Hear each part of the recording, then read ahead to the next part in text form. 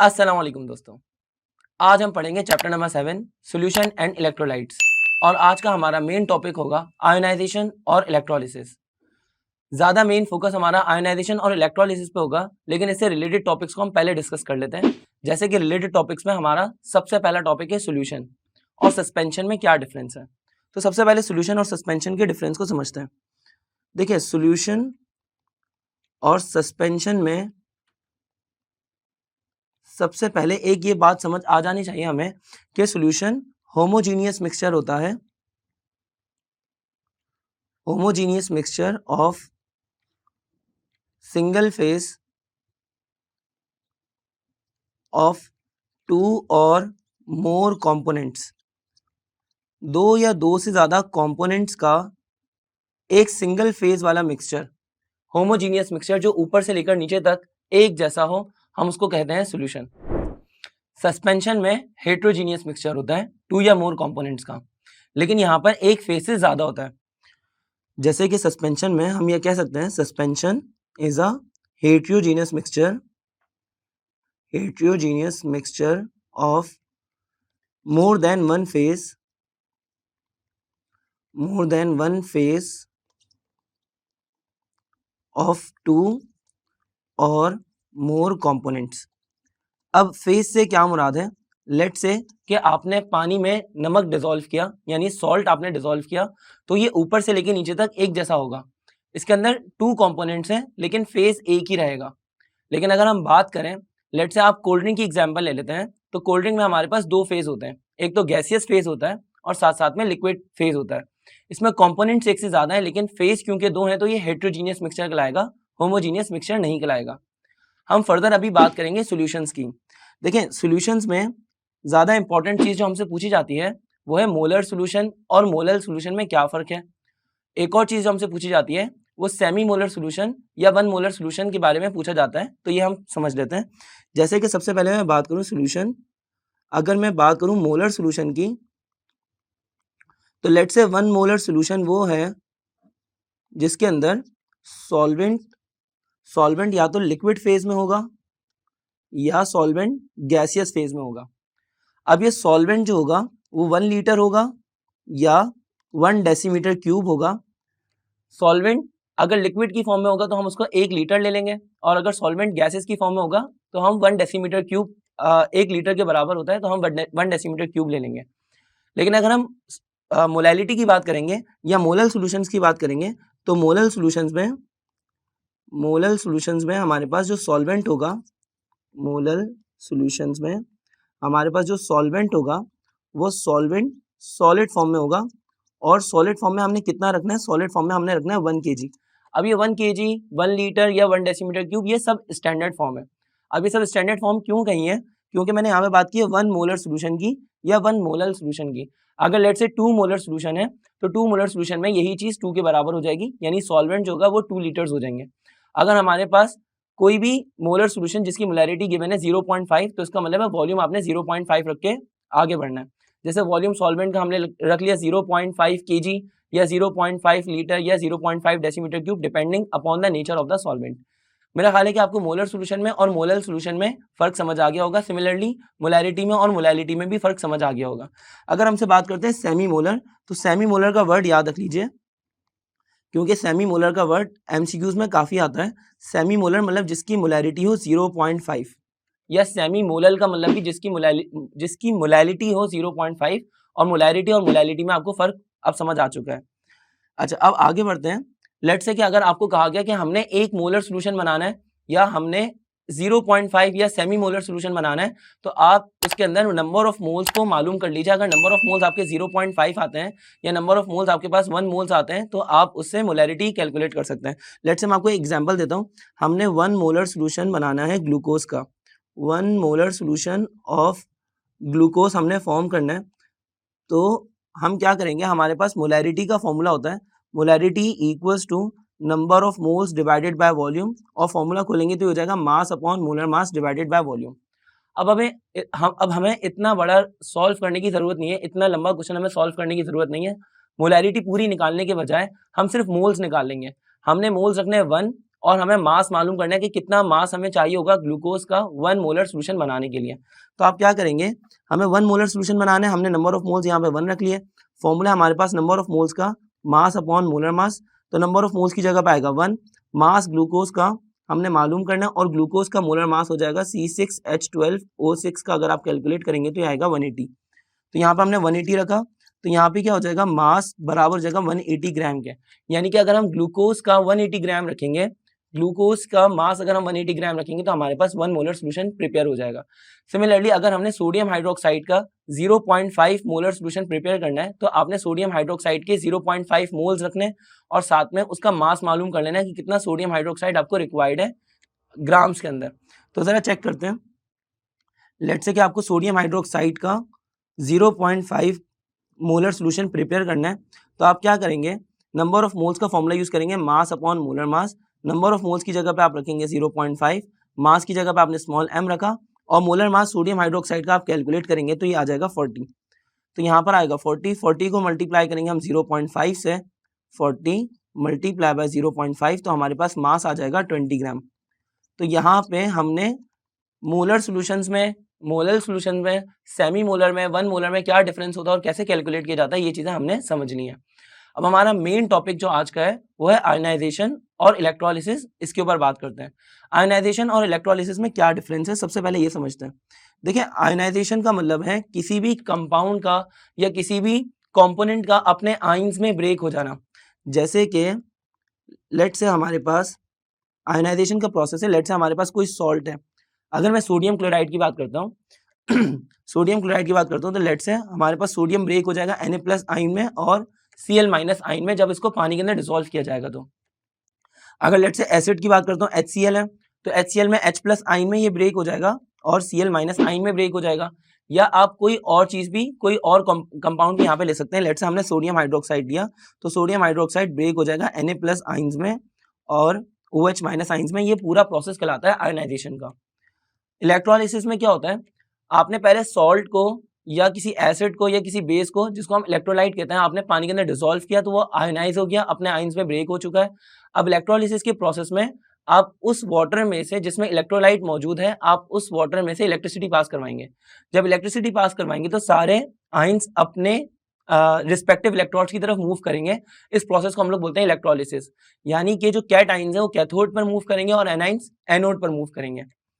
ये प्रोसेस है इलेक्ट्रोलिसिस का। और इलेक्ट्रोलिसिस उसी वक्त होता है जब हम इलेक्ट्रिक करंट अप्लाई करें। अब यहाँ पर क्या होता है कि कैटाइंस, जैसे कि अगर मैं बात करता हूँ, सोडियम का आयन है Na+ आयन, ये एक कैटाइन है। ये कैटाइन मूव करेगा कैथोड की तरफ और कैथोड की तरफ मूव करके ये इलेक्ट्रॉन को गेन करेगा। इलेक्ट्रॉन को गेन करके ये सोडियम मेटल में कन्वर्ट हो जाएगा। और अगर मैं Cl- की बात करूंगा, क्लोरीन का N आयन है, तो वो एनोड की तरफ मूव करेगा। ये क्लोरीन का N आयन है और ये मूव करेगा एनोड पे। तो ये एनोड पे पहुंच के ये कन्वर्ट हो जाएगा क्लोरीन के एटम में और साथ में एक इलेक्ट्रॉन लॉस करेगा। ओवरऑल आप इक्वेशन को ऐड करेंगे तो एक इलेक्ट्रॉन जो कि रिएक्टेंट की साइड पे है और एक इलेक्ट्रॉन जो प्रोडक्ट की साइड पे है, ये कैंसिल आउट हो जाएंगे। हमारे पास सोडियम का आयन और Cl- आयन यानी कि क्लोरीन का एनाइन, ये आगे जाके कन्वर्ट हो जाएंगे सोडियम मेटल में और क्लोरीन के एटम में। ये प्रोसेस कहलाता है इलेक्ट्रोलिसिस। तो आपको बेसिक डिफरेंस इसमें समझ में आया होगा। आयोनाइजेशन इलेक्ट्रिक करंट के बगैर होती है और इलेक्ट्रोलिसिस इलेक्ट्रिक करंट के साथ होती है। दोबारा समझ लें, आयोनाइजेशन में कोई भी कंपाउंड अपने आयंस में ब्रेक होता है and it is independent of electric current. अगर आपने किसी भी सब्सटेंस को, किसी भी इलेक्ट्रोलाइट को वाटर में डिसॉल्व किया और वह अपने आयंस में ब्रेक हो गया तो this process will be called ionisation. और अगर आपने उसी वाटर में से जिसमें आयंस मौजूद हैं इलेक्ट्रिसिटी पास करी तो वो आयंस मूव करेंगे अपने रिस्पेक्टिव इलेक्ट्रोड्स पे और ये प्रोसेस कहलाएगा इलेक्ट्रोलिसिस। अब आर्हीनियस थ्योरी ऑफ आयनाइजेशन के चंद पोस्टुलेट्स हैं जो कि काफी इंपॉर्टेंट है, पहले उसको समझ लेते हैं, फिर इलेक्ट्रोलिसिस से रिलेटेड एग्जांपल्स को या इलेक्ट्रोलिसिस से रिलेटेड टॉपिक्स को हम पढ़ेंगे।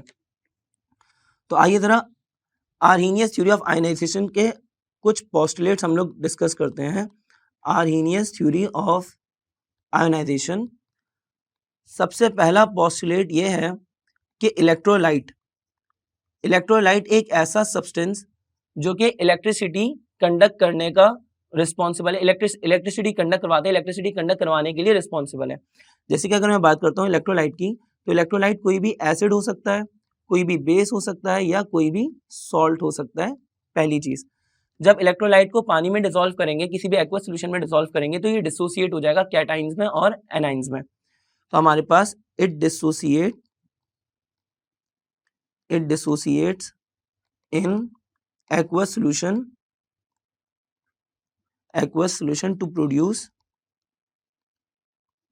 cations and anions। आप सबको पता होगा कि कैटाइंस में और एनाइंस में क्या फर्क है।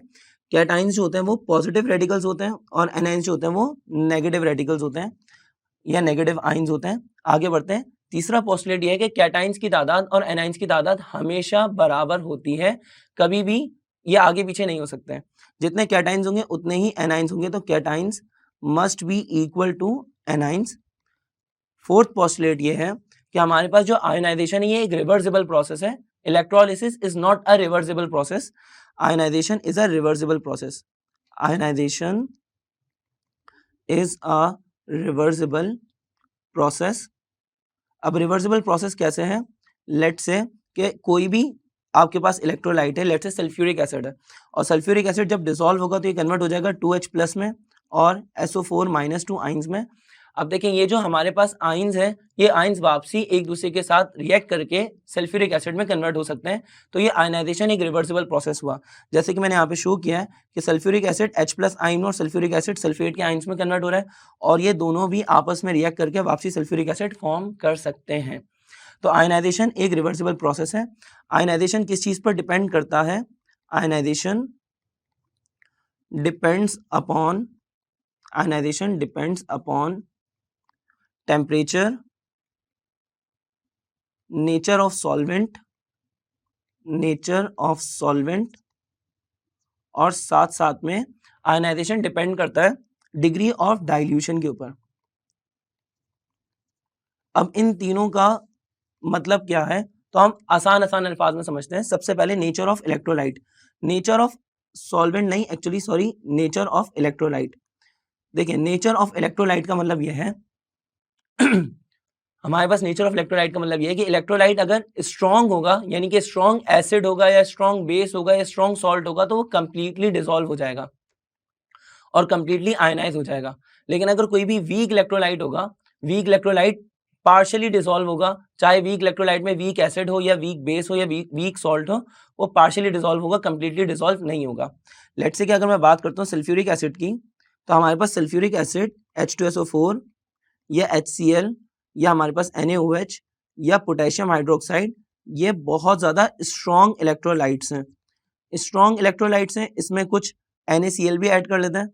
अब ये स्ट्रॉन्ग इलेक्ट्रोलाइट्स हैं, स्ट्रॉन्ग इलेक्ट्रोलाइट्स में हमारे पास ये स्ट्रॉन्ग एसिड भी हो सकते हैं, स्ट्रॉन्ग बेस भी या स्ट्रॉन्ग सॉल्ट्स भी हो सकते हैं। ये कंप्लीटली डिसॉल्व हो जाते हैं। कंप्लीटली का मतलब 100% कंप्लीटली नहीं होता, इसका मतलब होता है बहुत ज़्यादा हद तक, मैक्सिमम हद तक ये डिसॉल्व हो जाते हैं, कंप्लीटली डिसॉल्व हो जाते हैं। और अगर हम बात करें वीक इलेक्ट्रोलाइट्स की, लेट्स से हमारे पास वीक इलेक्ट्रोलाइट में कौन कौन से आते हैं। वीक इलेक्ट्रोलाइट में अगर हम एसिटिक एसिड ले लेते हैं, जिसको हम सिरका कहते हैं, एसिटिक एसिड, या अगर हमने लेट से ले लिया पोटेशियम हाइड्रोक्साइड या कोई और अमोनियम हाइड्रोक्साइड ले लिया, तो ये सब हमारे पास वीक इलेक्ट्रोलाइट्स हैं। वीक इलेक्ट्रोलाइट्स कंप्लीटली डिसॉल्व नहीं होते। अब एक बात आपको अपने ध्यान में रखनी है कि जितने कम इलेक्ट्रोलाइट डिसॉल्व होंगे उतना कम आयनाइजेशन का प्रोसेस होगा, जितना कम आयनाइजेशन का प्रोसेस होगा उतने कम आइंस होंगे, उतने कम आइंस मूव करेंगे अपने रिस्पेक्टिव इलेक्ट्रोड्स पे, तो इलेक्ट्रोलिसिस का प्रोसेस भी उतना ही कम हो जाएगा, यानी कि इलेक्ट्रिसिटी कंडक्ट होने का प्रोसेस उतना ही कम हो जाएगा, क्योंकि नंबर ऑफ आइंस कम हो जाएंगे। अब बात करते हैं जरा टेम्परेचर की। देखिए अगर टेम्परेचर ज्यादा होता है तो कोई भी इलेक्ट्रोलाइट ज्यादा डिसॉल्व हो जाता है, और जितना ज्यादा डिसॉल्व हो जाता है उतने आइंस प्रोड्यूस करता है और आयनाइजेशन का प्रोसेस बढ़ जाता है, जिससे इलेक्ट्रोलिसिस का प्रोसेस अल्टीमेटली बढ़ जाता है।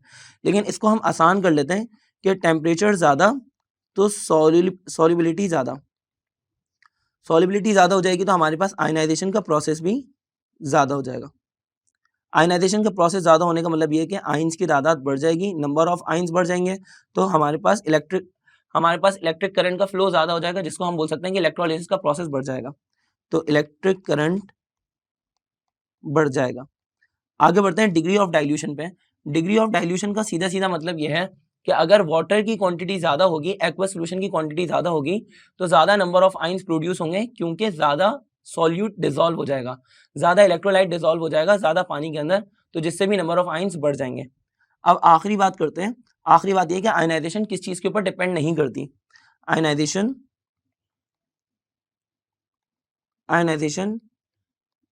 डू नॉट डिपेंड्स अपॉन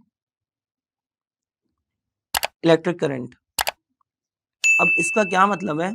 इसका मतलब बहुत आसान है। अगर लेट से कोई एक वीक इलेक्ट्रोलाइट है और उस वीक इलेक्ट्रोलाइट को पानी के अंदर डिसॉल्व नहीं होना, तो चाहे आप इलेक्ट्रिक करंट कितना भी ज़्यादा पास करवा दें, अगर उसको डिसॉल्व नहीं होना तो वो नहीं होगा, वो डिसोसिएट नहीं होगा, और डिसोसिएट नहीं होगा तो अपने आयंस में भी कन्वर्ट नहीं होगा, यानी कि कोई आयनाइजेशन का प्रोसेस इलेक्ट्रिक करंट की वजह से इनहेंस नहीं हो जाएगा, ज़्यादा नहीं हो जाएगा। इसी तरह से अगर हम बात कर सकते हैं लेट से अमोनियम हाइड्रोक्साइड की, तो अमोनियम हाइड्रोक्साइड 1.4% तक डिसॉल्व होता है, तो जब ये टूटेगा तो ये अमोनियम आयन में कन्वर्ट होगा और हाइड्रोक्साइड आयन में OH माइनस आयन में कन्वर्ट होगा। अब आप यहाँ पे जितना भी इलेक्ट्रिक करंट पास करवा दें, इसकी परसेंटेज ऑफ डिसोसिएशन 1.4% या इसके आसपास ही रहेगी, इसमें ज़्यादा फ्लक्चुएशन नहीं होगी। अब बात करते हैं इलेक्ट्रोलिसिस की। इलेक्ट्रोलिसिस एक ऐसा फिनोमिना है जिसमें कैटाइंस जो होते हैं वो इलेक्ट्रॉन्स गेन करते हैं और एनाइन कैटाइंस जो होते हैं वो इलेक्ट्रॉन गेन करते हैं और एनाइन इलेक्ट्रॉन्स लॉस करते हैं अपने रिस्पेक्टिव इलेक्ट्रोड्स पे बाय पासिंग इलेक्ट्रिक करंट, यानी जब इलेक्ट्रिक करंट पास करवाया जाता है, जब ये पूरा फिनोमिना होता है। अब बात करते हैं इलेक्ट्रोलिसिस में। देखें इलेक्ट्रोलिसिस में क्या होता है कि हमारे पास आयंस मौजूद हैं सोल्यूशन के अंदर, लेट से सोडियम के आयंस मौजूद हैं और क्लोरीन के आयंस मौजूद हैं। ये सोडियम का आयन कहलाएगा कैटाइन और क्लोरीन का एनाइन कहलाएगा एनाइन। अब सोडियम का आयन कैटाइन जो है मूव करेगा कैथोड की प्लेट पर और एनाइन मूव करेगा एनोड की प्लेट पर। एक बात अपने जहन में रखनी है आपको कि कैटाइन जो होता है वो पॉजिटिव होता है और कैथोड की जो प्लेट है वो नेगेटिव होती है, तो पॉजिटिव आयंस मूव करते हैं नेगेटिव प्लेट के ऊपर। अगर एनाइंस की बात करेंगे तो एनाइंस होते हैं वो नेगेटिव होते हैं और एनोड पॉजिटिव प्लेट होती है, तो हमारे पास नेगेटिव आयंस मूव करते हैं पॉजिटिव प्लेट के ऊपर। अब हम इलेक्ट्रोलाइट के अंदर से कैटाइंस को और एनाइंस को अलग करते हैं। अब बात करते हैं इलेक्ट्रोलाइट्स, हमें समझ में आ गए। इलेक्ट्रोड्स क्या होते हैं? इलेक्ट्रोड्स बेसिकली इन प्लेट्स को कहा जाता है जो कि कैथोड की और एनोड की प्लेट्स होती हैं। इलेक्ट्रोलिसिस का प्रोसेस समझने से पहले आपको एक इलेक्ट्रोलाइटिक सेल के बारे में पता होना चाहिए। इलेक्ट्रोलाइटिक सेल बहुत आसान सा है, यानी कि कोई भी सेल जिसके अंदर आप इलेक्ट्रोलिसिस कर रहे हैं वो सेल कहलाएगा इलेक्ट्रोलाइटिक सेल। अब ये एक ग्लास भी हो सकता है, एक बीकर भी हो सकता है, या कोई भी इंस्ट्रूमेंट हो सकता है जिसके अंदर आप इलेक्ट्रोलिसिस का प्रोसेस कर सकते हैं। आप ये प्रोसेस घर पे भी कर सकते हैं। लेट से हमने एक बाउल ले लिया जो कि शीशे का है, तो ये एक इलेक्ट्रोलाइटिक सेल कहलाएगा। उस इलेक्ट्रोलाइटिक सेल के अंदर आपने दो मेटालिक प्लेट्स आपने डिसॉल्व नहीं कर दी, डिप कर दी।